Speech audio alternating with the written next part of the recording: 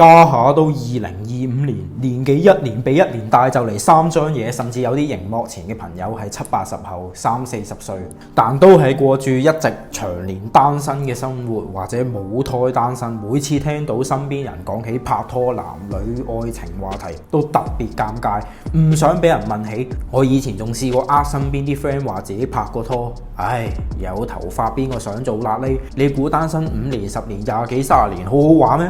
但自問真係識唔到女仔，唔識溝女，唔靚仔，又唔係口甜舌滑，唔通真係咁樣一世？雖然好唔甘心，但有啲兄弟已經打定輸數要放棄，進入躺平狀態。嗰一人大咗，自己一個都唔錯。但如果我同你講，其實你仲有機會呢，你只係冇學習到兩性市場頭20% 男人掌握嘅秘密，搞到你一直以嚟都好辛苦。而今日我就係要將呢個秘密交俾你，全面拆解長年單身究竟仲應該點算？點解以前溝唔到女，但從今以後你一定有機會？可能你聽到呢度好質疑，但我保證呢條5分鐘、10分鐘嘅片一定會令你學到嘢，因為我會盡量將重點濃縮簡化。如果最後內容唔掂，都只係5分鐘、10分鐘嘅時間，你嘅損失好細，可以直接留言屌柒我 block 咗我都得。記得睇到最後，我仲會送你一個免費追女仔教學，事不宜遲，立即開始。首先我直接講重點，請你快啲 delete 遠離連登，遠離你身邊溝唔到女負面嘅朋友。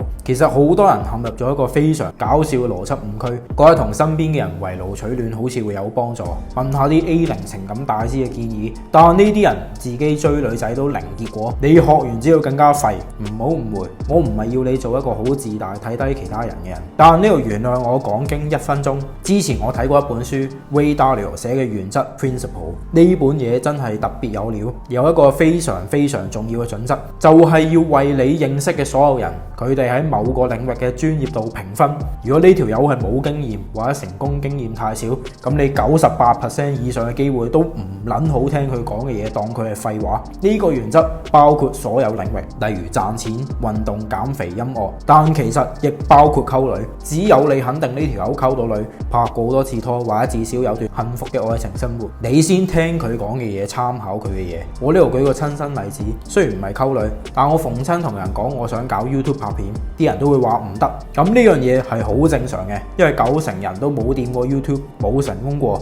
你想佢點樣答你？就算佢話支持你，都係費事你唔開心啫。心入邊其實都係睇低你。溝女亦都係完全一樣嘅例子。你啲 friend 自己都溝唔到女，你想佢哋點樣撐你去教你？同樣包括喺連登、香土、Threads、IG 呢啲低質垃圾平台，大把人分享自己嘅失敗故事，俾人大陸冇仇女等等。好可惜，我講漏咗一樣嘢，就係經驗多只限成功經驗多，失敗嘅經驗多完全唔計。我強烈建議你直接屏蔽呢啲人講嘅嘢，一見到就立即劃走。聽落可能有啲自大，但我只係叫你唔好聽呢啲人講咩追女仔感情嘢、失敗嘅經驗。但每個人都有自己其他嘅強項，如果佢打機勁、事業勁、運動叻，你可以聽佢哋喺呢啲方面嘅建議。但佢哋喺感情方面嘅建議或者故事經歷，我強烈建議你直接扮聽唔到算數。你信我，否則你會浪費大量嘅時間，個人越嚟越負面。講完呢啲基本功嘅嘢，最緊要梗係要進入實戰環節。冇錯，呢度先係重中之重。你冇溝女經驗，又何來成功？你真係以為人生每想追一個女仔都會全部有結果？好多人成世追過女仔，一隻手都數得晒，甚至失敗咗一次就直接放棄，因為對佢嚟講，試咗一次失敗一次，失敗率等於100%，所以佢已經玩完啦。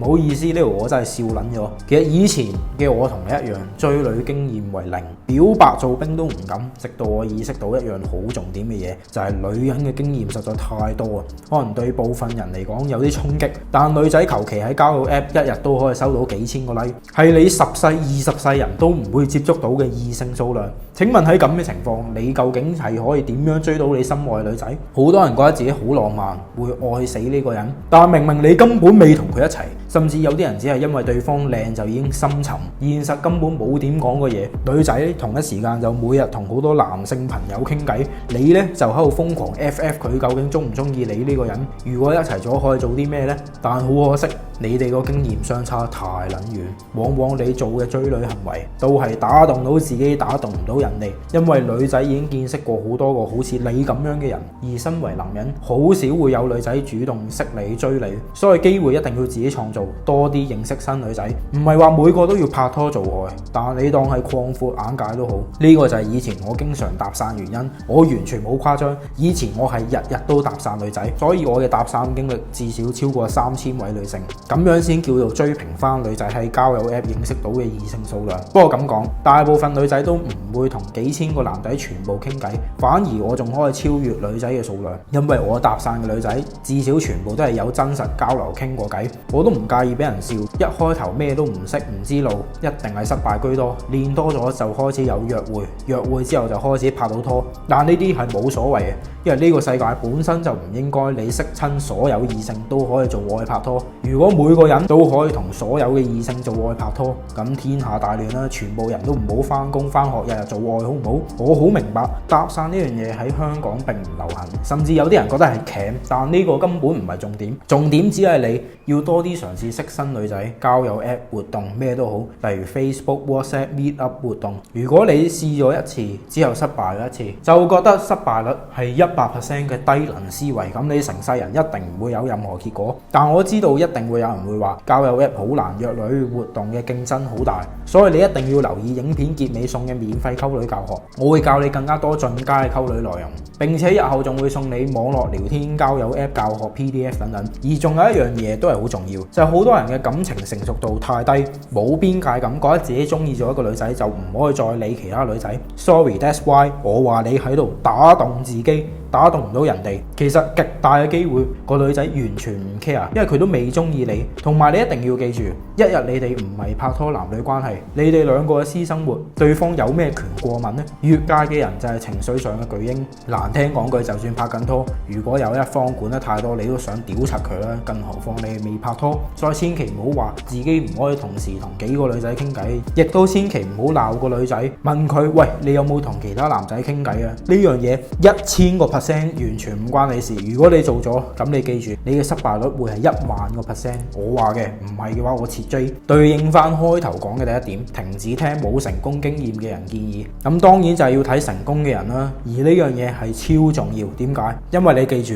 呢一刻你溝唔到女係應該嘅，你嘅思維停留咗喺一個溝唔到女嘅層次，所以溝唔到女。呢個說話就係溝女版本嘅，你賺唔到你認知以外嘅錢。因為我要你明白意識到，你要推翻自己過去嘅思維。好多人覺得追女仔就係睇咩高大靚仔有錢，港女咧就係拜金脾氣唔好嘅。但 sorry， 廢話少講，點解流馬車 Candy、陳同佳、郭 Sir 溝到女？你條件好過晒呢班人，但係一樣都係冇結果。點解 MK 仔冇錢又矮一樣溝到女？你就係要特登觀察一啲唔靚仔、冇錢或者唔高嘅人係如何溝到女，唔好浪費時間留意咩高富帥用錢玩女或者毒男喺度呻自己追女失敗。呢兩樣嘢都同你無關，唔好浪費時間。呢一刻可能你都係唔太明白，但其實我嘅學員喺我嘅私人教學之下，已經成功喺交友 App 約到20個女仔，發現除咗錢樣身高呢啲嘢，男人其實要有自信、領導力、冷靜、大膽等等，女人先會中意你。你聽唔明唔緊要，但要多啲留意一啲普通嘅人一樣成功追女嘅故事，同埋千祈唔好話點解呢條友咁樣衰都溝到女。好多人其實非常抵鬧抵死，你一方面憎一啲有錢仔溝到女，之後又鬧一啲冇錢樣衰嘅人又溝到女。咁你講晒啦，最好所有人都溝唔到女，全部人唔好生仔，同你一樣咁失敗。如果有人嘅條件同你一樣，甚至差過你，都追到女仔，你唔係應該學習咩？所以咪叫你少啲睇連登。比你勁嘅人你好憎，差過你嘅人你更加憎，咁你仲學乜鬼？如果你都想學習我係如何由 A0 同女同學講嘢腳震，唔敢表白，未試過同女仔單獨食飯，去到成功認識數百位女性，進入數十段關係，如何喺外在條件劣勢嘅情況下，唔高唔靚仔冇錢，透過學習兩性知識，成為有吸引力、靠把口靠性格一樣溝到女嘅真男人。如何將我嘅成功複製你身上，幫助你同心愛嘅人喺一齊，就立即報名我為你準備嘅溝女培訓營，原價2000蚊，但依家限時免費。因為我明白有好多嘅人同以前嘅我一樣，對追女仔愛情一無所知，好怕醜，犯咗好多錯，不斷失敗。我想好似幫助以前嘅我一樣幫助你，立即點擊影片描述欄或者留言區連結報名啦！好啦，有咩問題記得留言。想學溝女記得睇 E&K 男性情感。如果唔想錯過任何追女仔、約會、網聊、男女情感方面免費資訊，記得訂閱呢個 channel， 打開啷啷，大方地將條片 share 出去。我哋每星期都會出片，記得準時收睇。我真誠祝福每一個俾 like 嘅朋友，追女順利，左右逢源，立即出 pool 識到女朋友。下條片再見，拜。